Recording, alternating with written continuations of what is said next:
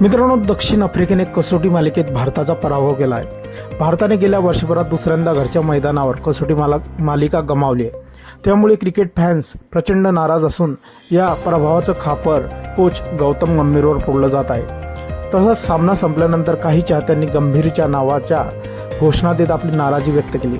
दरम्यान पोलिसांनी घोषणा देणाऱ्या चाहत्यांपैकी एका तरुणाला ताब्यात घेतला आहे। तसंच मैदानावरील काही क्रिकेट अधिकारीही या तरुणावर कारवाई करण्याच्या सूचना देत। हा व्हिडिओ स्पोर्ट स्टाल क्रिकेट या इंस्टाग्राम पेजवरून शेअर करण्यात आला असून सामना संपल्यावर गंभीर आणि इतर खेळाडूंसोबत मैदानावर आला होता। त्यावेळी लोकांनी पराभवाचा राग व्यक्त करण्यास सुरुवात केली। स्टँडमध्ये बसलेले लोक गंभीर हाय हाय अशा घोषणा देऊ लागली।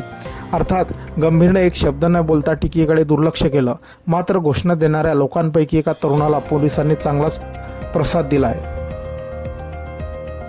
हा व्हिडिओ 4 लाखांहून अधिक वेळा पाहिला गेला आहे। अनेकांनी या व्हिडिओवर प्रतिक्रिया देत टीम इंडियावर टीका केली आहे।